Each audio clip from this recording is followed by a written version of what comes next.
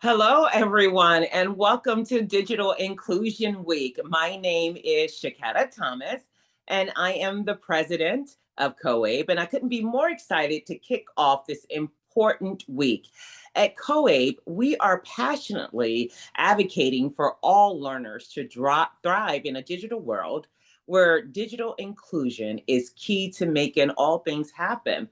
It's alarming to know that many adults still lack access to essential technology, limiting their opportunities to learn, work, and succeed. Every individual deserves the chance to harness technology to transform their lives, and education, and we as educators are crucial in reaching all populations regardless to their location. We need more voices like you to advance awareness of the needs of adult learners. Together, we can amplify our message and make a real impact. So let's unite this week to advocate for digital equity in our programs and communities. So I want to just say thank you so much to all of you for being here with us at our kickoff event.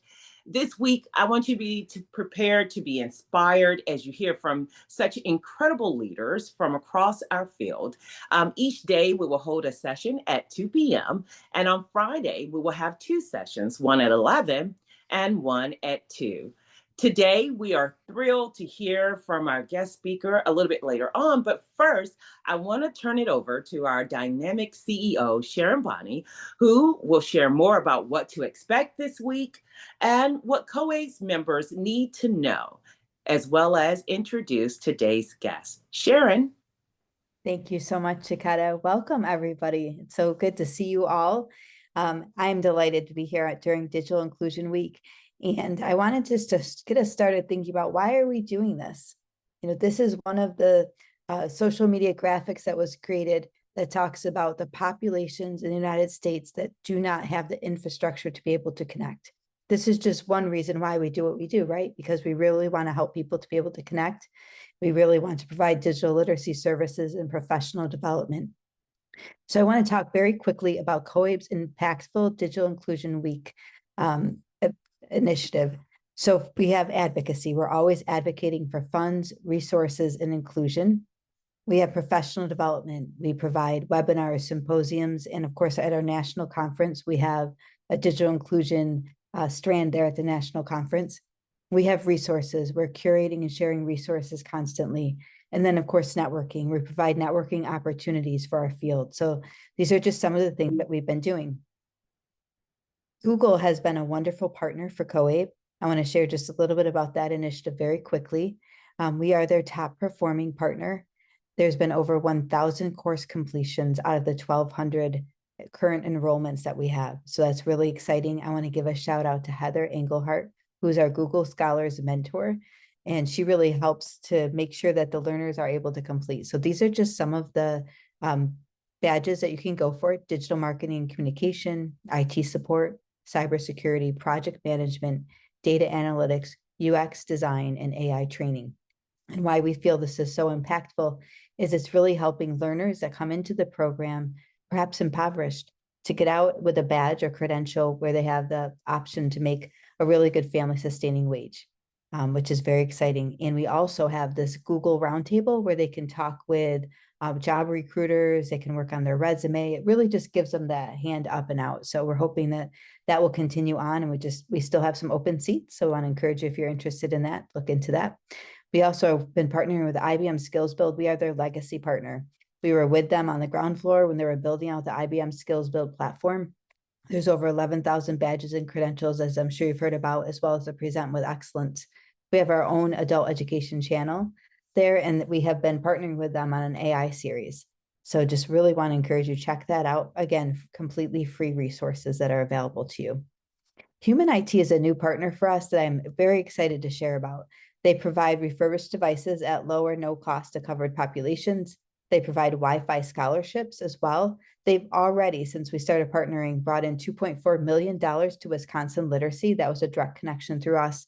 And then we've worked with them on this digital equity collaborative with 10 select state associations, so hoping to bring in the Digital Equity Act funding.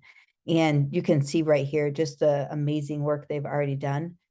So we're excited that they're joining us in the field of adult education. You know, we have a lot of free resources, updates, and opportunities that are available. So I just really want to encourage you to get on our mailing list so that you can hear more about them. And now, without further ado, I would love to introduce you to Vi Hawes.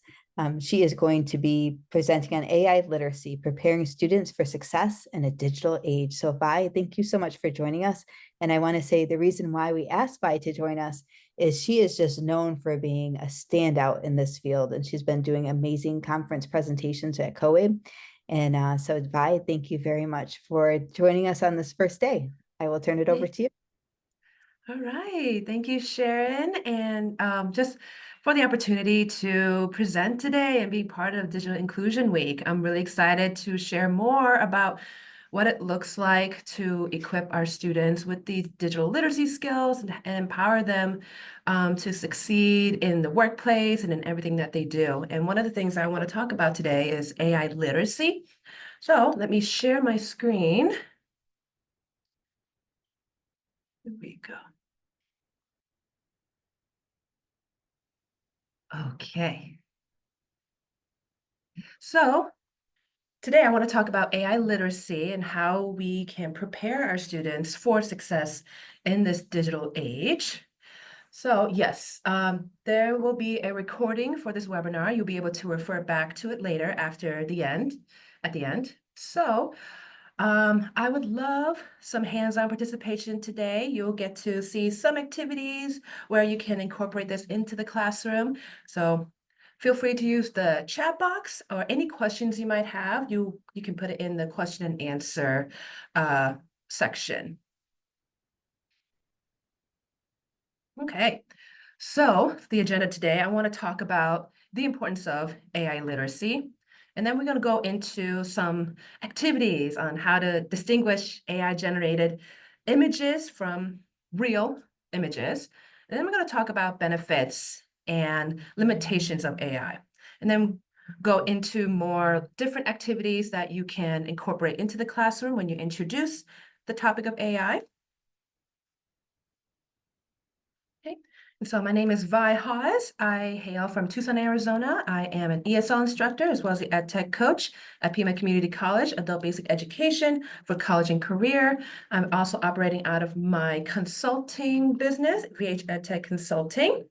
If you want to stay connected with me, feel free to scan that QR code. It includes my contact information. Okay. And then the next thing I want to do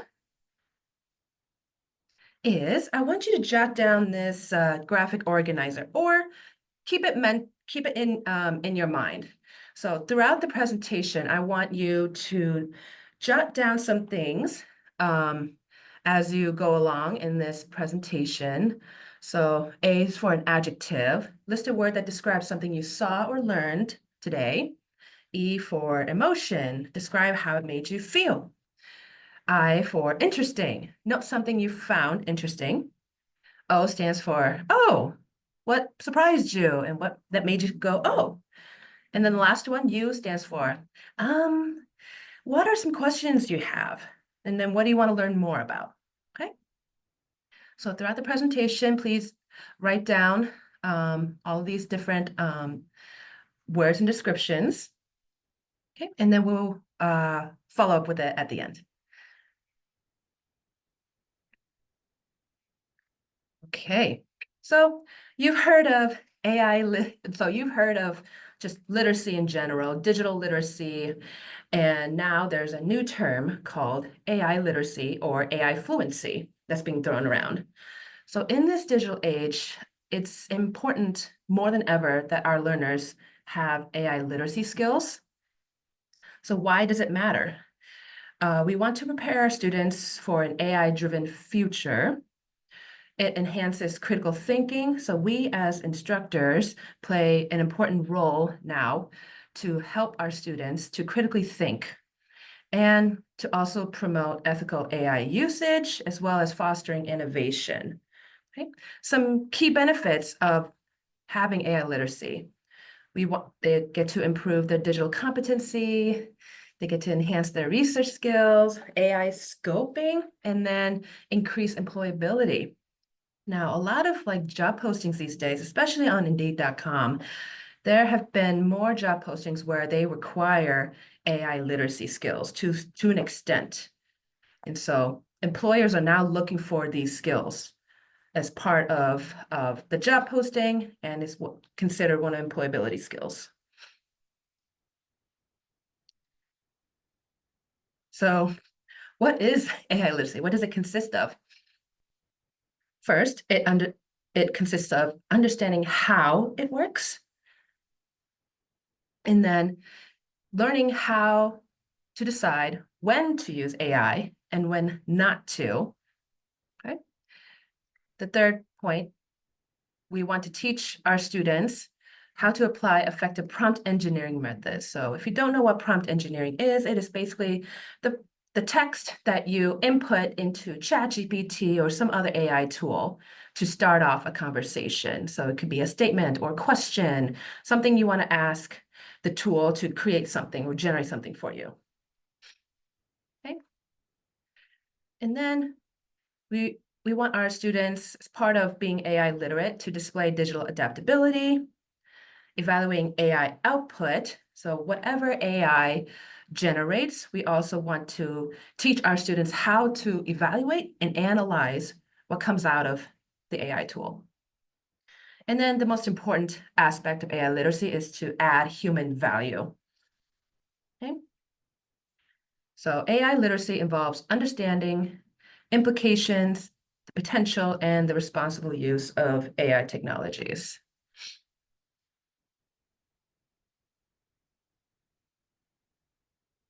Okay, so this is an activity.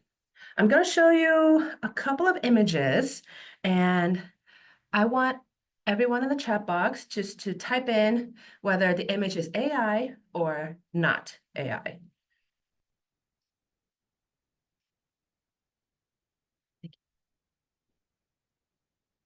So have your chat box ready to go. Oh, hold on, not this, not this one. The next slide. All right, here's the first image. Is this AI or not AI?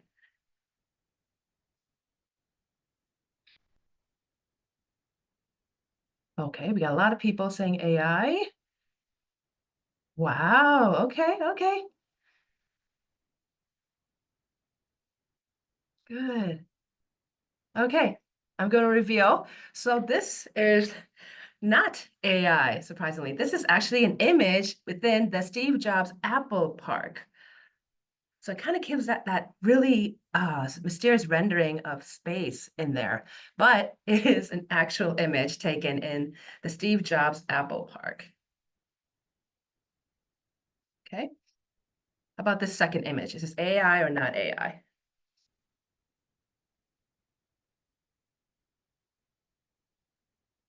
Okay.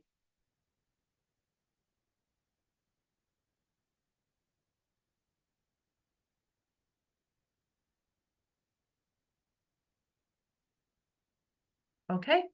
Looks like a majority of you say not AI. Okay, okay. Now, just briefly, if anyone, you can share in the chat box, why do you think this is not AI?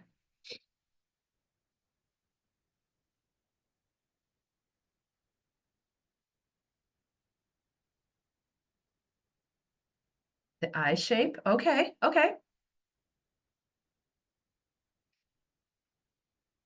It looks like a normal photo, yeah.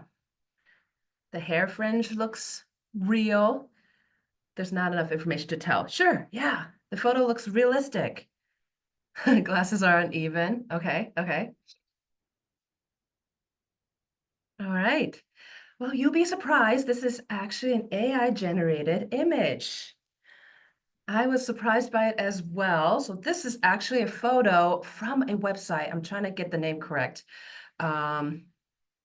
Of humans that don't exist. So it's a website that actually generates AI images of just random people. And these are AI generated. These people do not exist. Okay, how about this photo? Is this AI or not AI?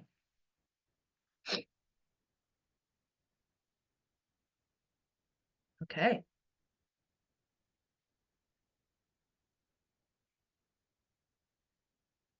Okay, good. All right.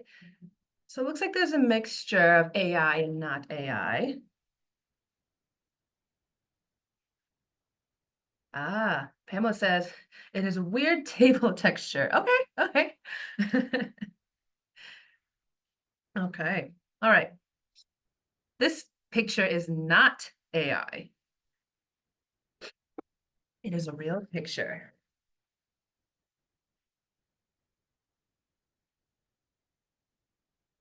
Okay. How about this fourth picture? AI or not AI?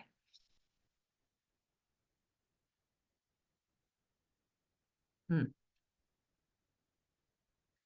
Okay. Yeah. All right. A lot more people are saying that, are saying AI. I noticed someone saying, say, oh, look at her hand. Yeah. Okay. Okay. Now, this is AI. Great job. So this is AI generated. And one of the things you can tell, is her hand. Although, physical deformities are a real thing in real life. However, a lot of AI tools are not great at generating hands and feet for some reason. And so, like, the fingers, the appendages will always look like they are mushed together, or they just look really unnatural. So that's another tell, if it is AI generated or not. But these tools are improving on themselves every day. But for now, yeah, a lot of AI tools are notorious for not generating hands and limbs well.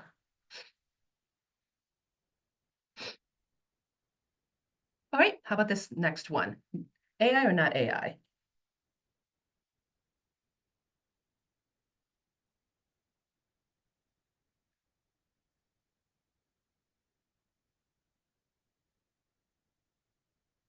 Hey.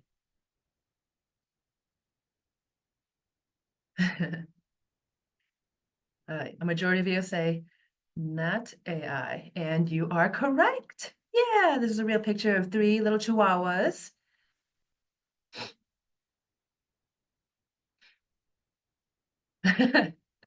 All 3 of them are so cute. All right, the last image. Well, it's not really an image, but is this AI or not AI?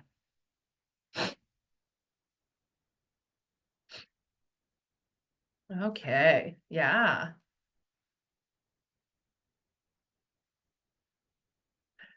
Yeah, okay.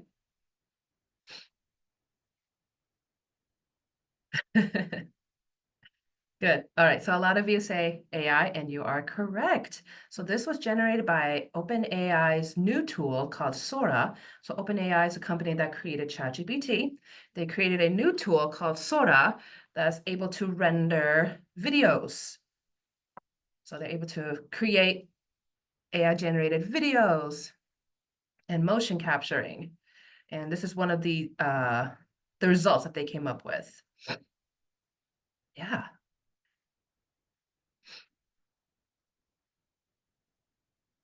All right. All right. Thanks for playing along. All right, so it's really important to understand the concept of AI generated content. So there are plenty of content out there now that's created by artificial intelligence systems like ChatGPT.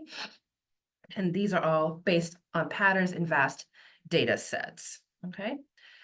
And then we also need to understand that we have human-generated content, okay? Human-generated content, for the most part, created by humans. They reflect personal experiences, creativity, and nuanced understanding of context, which a lot of, AI-generated tools can't do, okay? AI content may lack emotional depth or real-world context compared to their human content. Often it's more nuanced perspectives, okay? So these are a few ways that you can distinguish AI generated from real images. Again, it's because these tools are improving on themselves every day. It is starting to get harder and harder to determine what's AI generated and what's not. But these are a couple of things that you can do to critically analyze these content. So first, you can analyze the image metadata. So what that means is usually if it's taken by a professional photographer, they're always including the camera model, the lens type, or the timestamp of the image. AI-generated images do not have this data for the most part. So to check that, usually you can just right-click on an image and then click on more information, and it should have that information, but a lot of images don't have that, unfortunately. A lot of you have already utilized this skill. It's just to look for imperfections, okay? So AI created images can have subtle flaws, like the unnatural eye reflection or the hands when you looked at that picture of that woman. It just looked unnatural, okay? Look for unnatural reflections, blurred edges that real photos do not have. And then look for distortions. That could be a little tricky sometimes, but if you are familiar with how light works and shadows and everything, AI tools usually struggle with lighting and shadows and motion blur, resulting in inconsistencies that give away the artificial origin.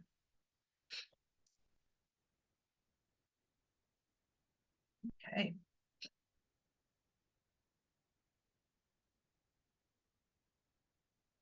All right. So here are some benefits of AI in education, okay? For those of you who haven't experienced playing around with AI, or you have, for the most part, these AI tools have 24/7 availability. You can access these tools around the clock for information and assistance. And then students can learn at their own pace using these tools. These AI tools can also offer personalized learning. AI can adapt to individual learning styles and needs. Content generation and planning. So we know it can generate so much content. A lot of teachers use AI tools for lesson plans, project ideas, quizzes, and it saves teachers a lot of time. Okay. And then enhanced efficiency. Let's see. So AI frees up educators' time these days, enabling them to allocate more effort to direct student interactions and personalized feedback. Okay. All right. So this next activity I want you to do. Okay. So choose one out of the 4 options here. What you're going to do is to input one of these prompts into your AI tool preference. It could be ChatGPT, or it could be another tool that you're familiar with. But for those of you who are not familiar with it, I'm going to put the link to ChatGPT into the chat box for you. You should have access to it, regardless if you have an account or not. But what you're going to do, you're going to choose one of these options. Okay, you're going to input it into ChatGPT and see what it comes up with. The first one is culinary exploration. You have rice and tomatoes at home. Ask ChatGPT for a simple recipe using these ingredients. The second one, you want to eat healthier and become stronger. Ask ChatGPT for a fitness plan to help you meet those goals. Okay, the next one, language learning. Use ChatGPT to figure out the best way to become more fluent in speaking English.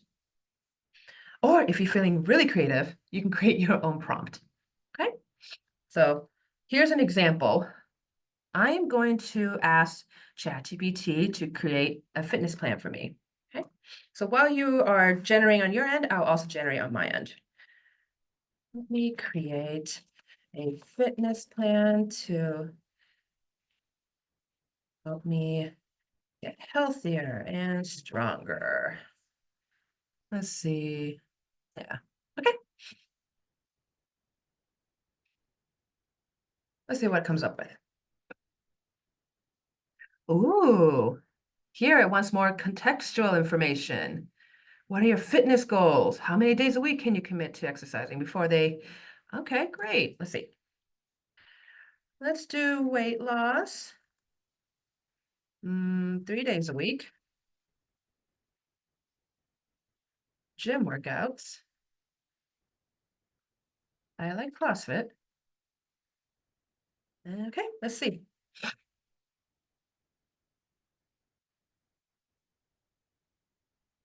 All right, here's a tailored 3-day CrossFit-inspired gym workout plan.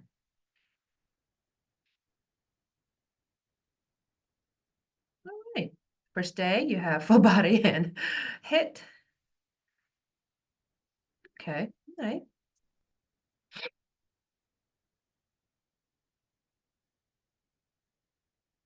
Yeah, pretty detailed.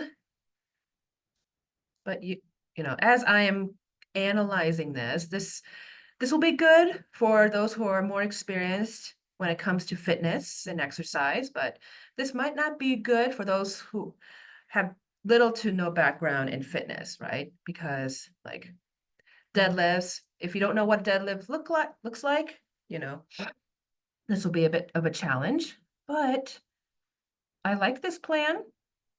Yeah.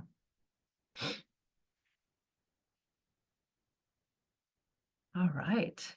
Anyone online would like to share what they came up with, what ChatGPT generated for them?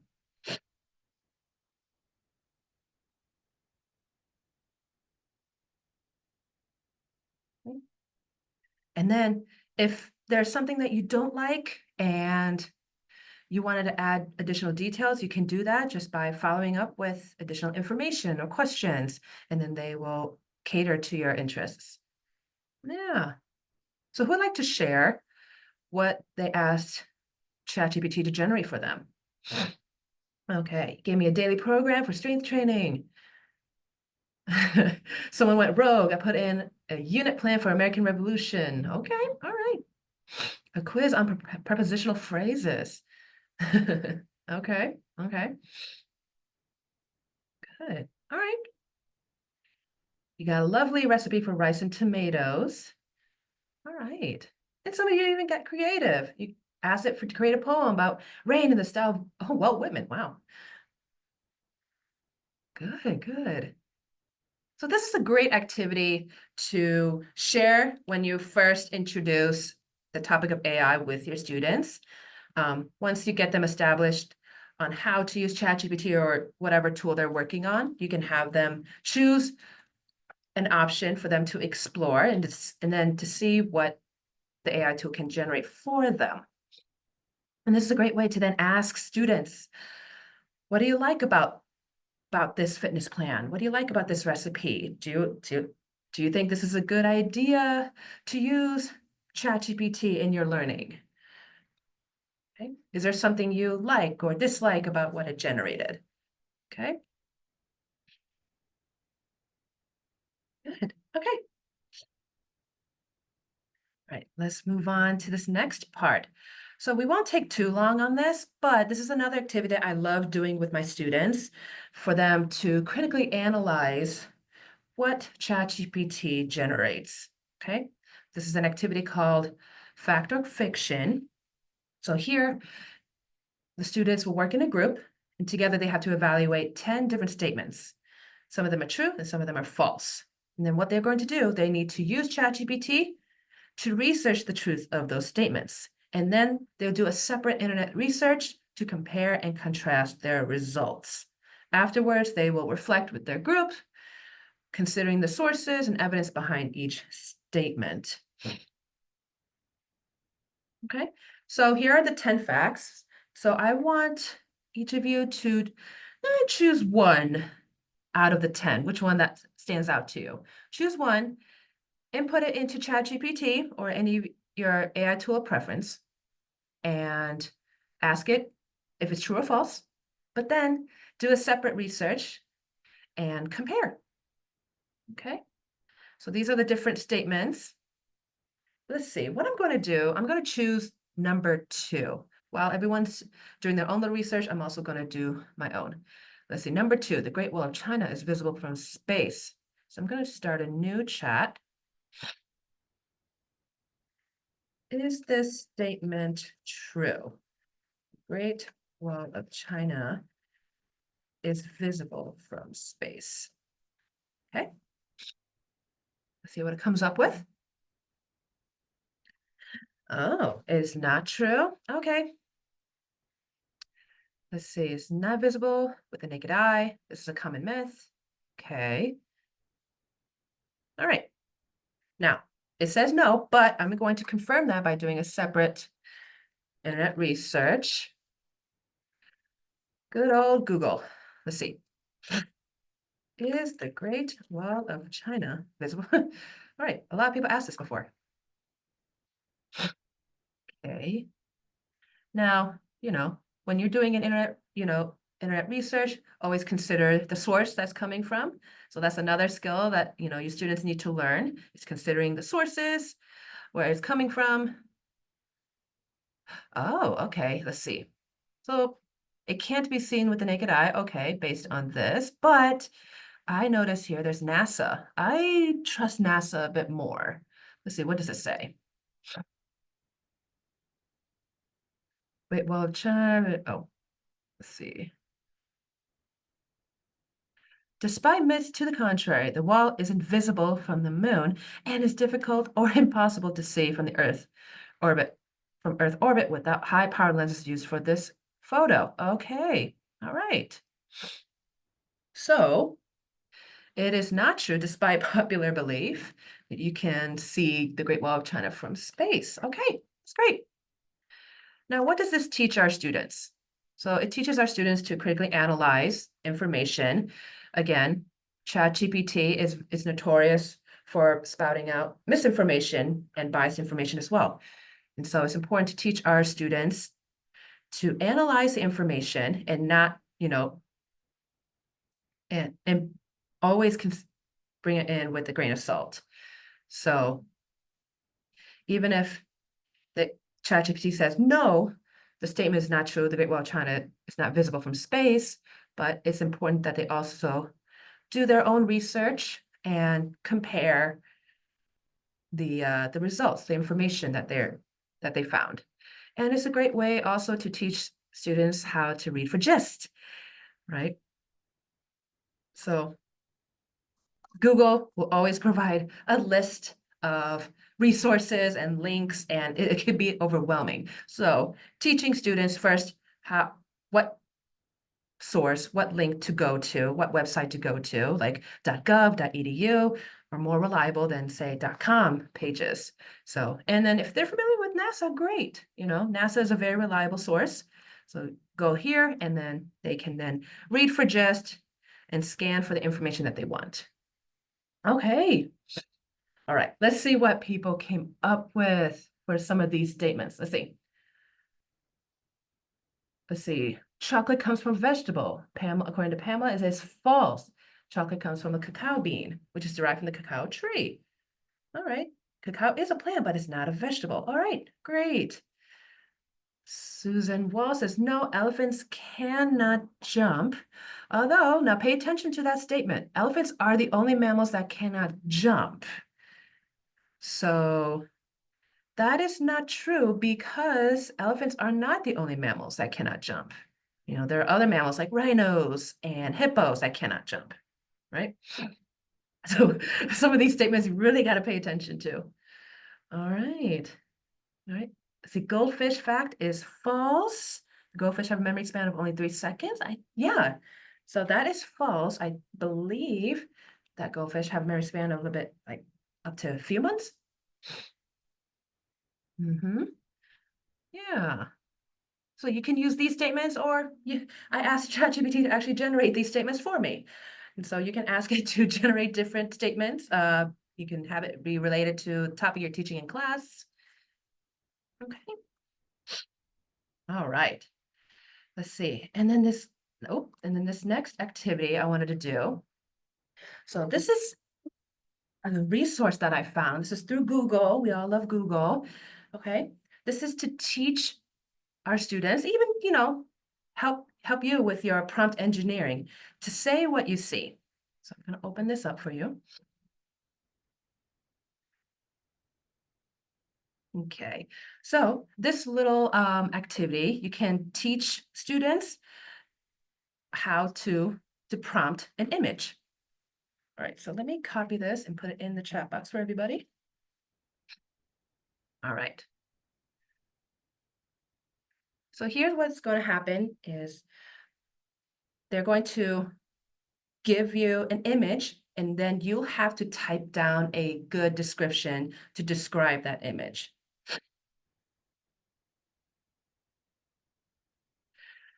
All right, so, including information about the medium, subject, and context. So here they give an example, a painting of a dog in a field. And then we want to try to match it as much as possible. Okay, so here's the first image. So then we need to describe it. How would you describe it? Any takers?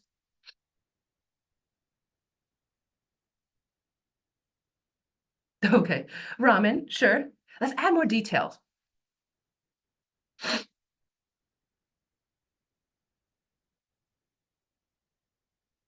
Okay, a bowl of ramen with a half-cooked egg on top. Okay, with scallions and radish. Okay, yeah, that's pretty good. Let's see what it comes up with. So again, trying to match the image. That's not bad. Wow, that's great. Okay. So here, this little brain cartoon always give you tips as we go along. Add more details about the ramen, such as the color of the broth and the type of noodles. Okay. Let's do another one. Okay, so this is the image. How would you describe the image?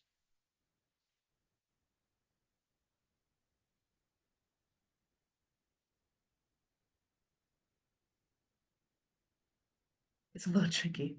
Pastel rainbow. Okay.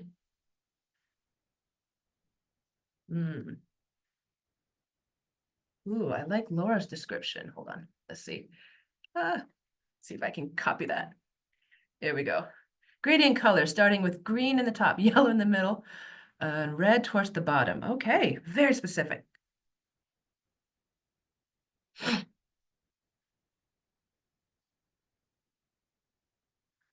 67% match. Yeah. Okay, and here's another tip. Describe the colors of the image. For example, are they warm or cool colors? Okay. Okay, so this is a great tool to introduce your students to prompt engineering. Right. Sorry, I'm going to close that out. All right. Excellent.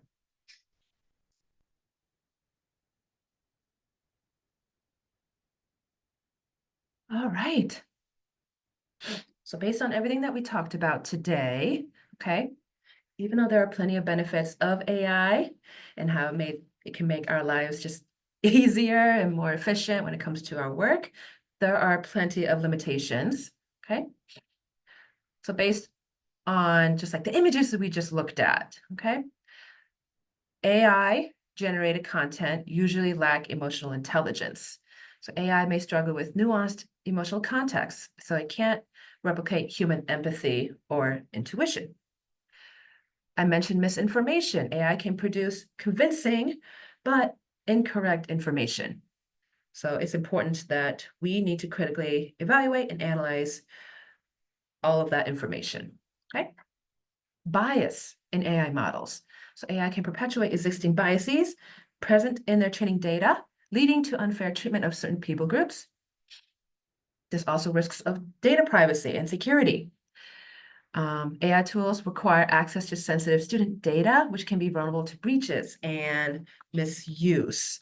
So whatever information you put into ChatGPT or any AI tool, it will use that to improve itself as a model, but also improve user experience. So always be careful what information you put in there. So never put student data, any confidential information about your program or, or student information or content, which do not do that. So try to omit that information when you're generating content. And then there's also an increased, decreased human interaction as we become more dependent on these tools. We become more reliable on these tools, and we don't have that important human interaction that we need. Okay.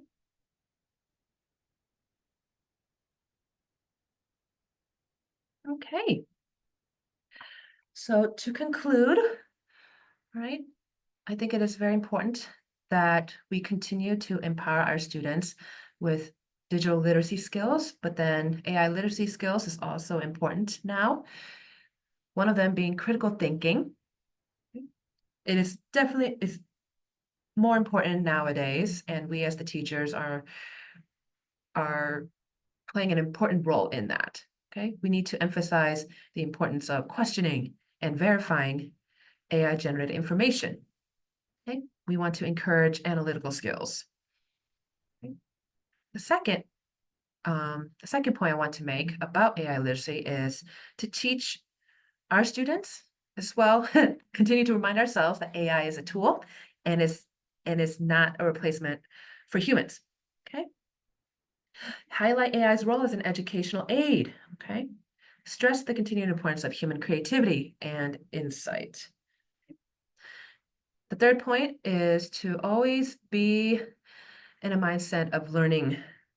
I think as adult educators, we want to emulate the importance of lifelong learning. And this is a great opportunity to show that for our students when we are learning more about AI, the capabilities of it, the benefits of it, and the limitations, right? Continue to learn. Okay. And then always consider ethical uses.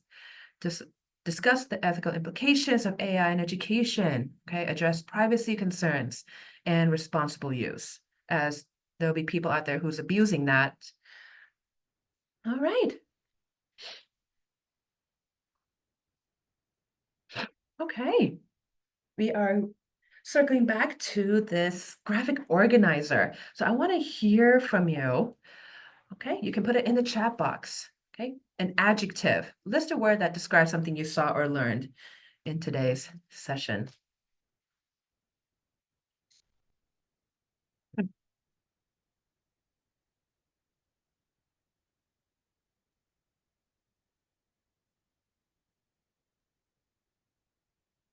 Amazing and scary, realistic, adaptable. Okay. Realism. Okay. Cool. Perspective. Okay. All right. Consternation. Okay. Distortion. Okay. Okay. Those are more nouns, not adjectives, but that's okay. Relevant. Great.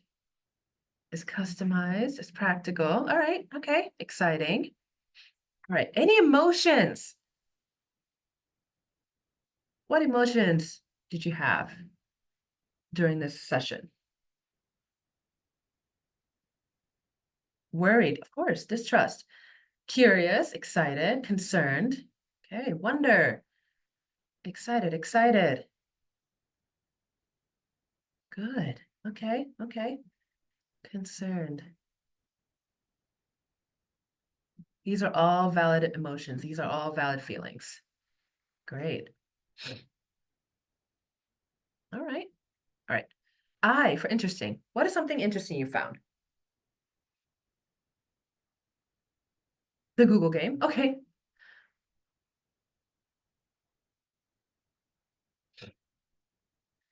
Yeah. Someone is concerned and intrigued. Yeah.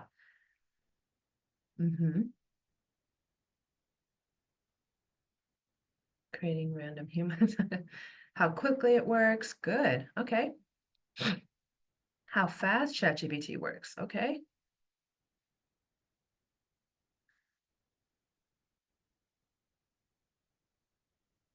All right. It saves time. Okay. All right. How to analyze the pictures. Good. And then some concrete ways to use it in the classroom. Good. All right. What surprised you and made you go, oh, some of you already mentioned some of the what surprised you. Just like how fast ChatGPT works, the AI photos, how realistic they looked. Yeah. Accurate pictures, like some of them that are AI generated, but they look realistic.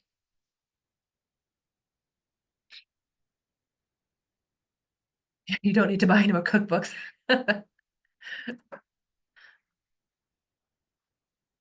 Okay. Benefits. Okay. AI can't think for me. Yeah. Use it for developing English skills. Okay. Yeah.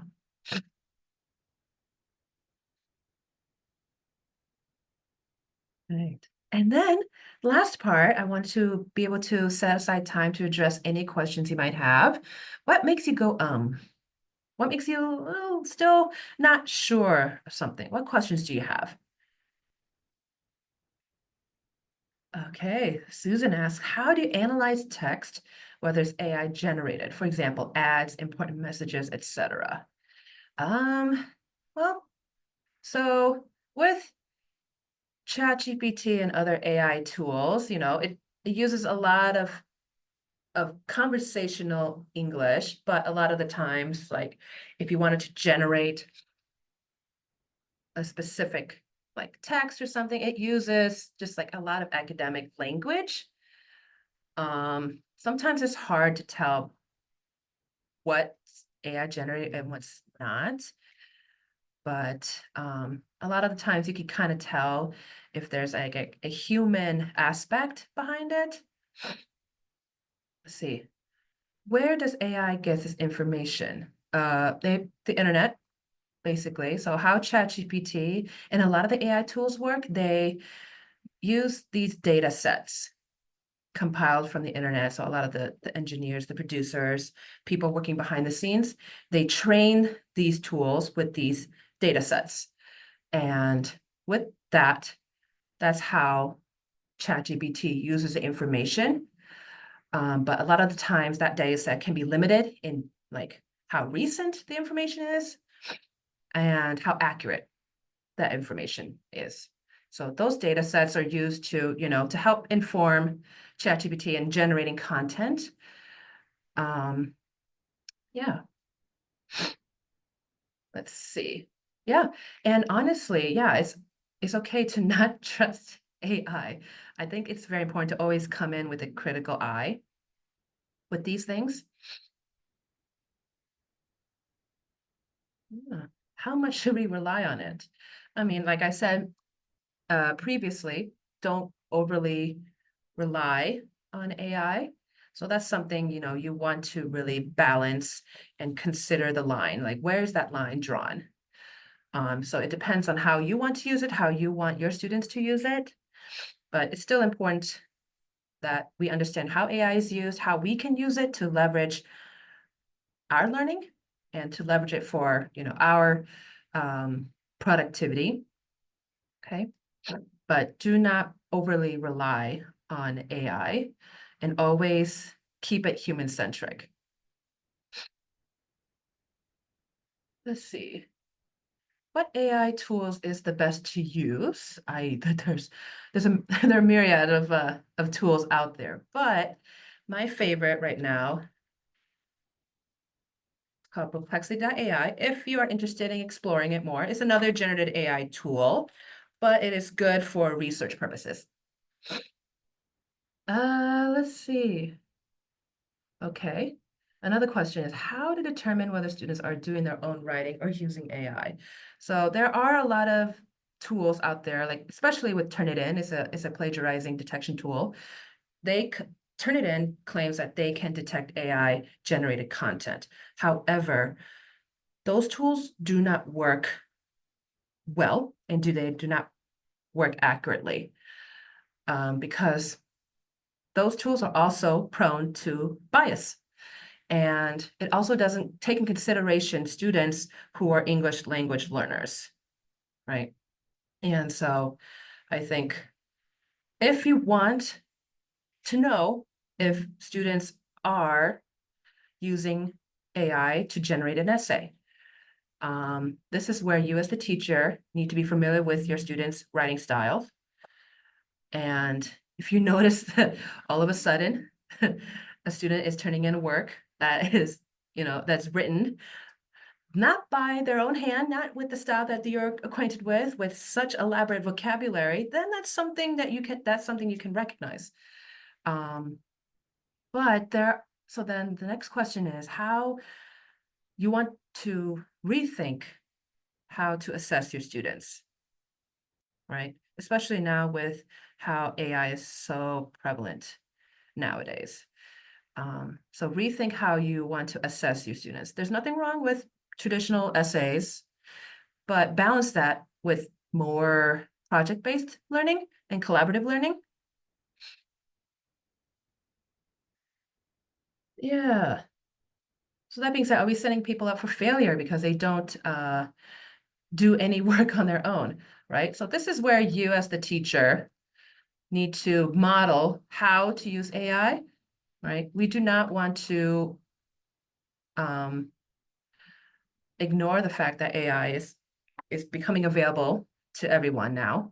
And that's something that we can't avoid. But if we teach students how AI works, how to use it well, and use it ethically, then I think it can empower them and empower them in their learning, right? It'll teach them these critical analyzing skills. It'll teach them to problem solve. And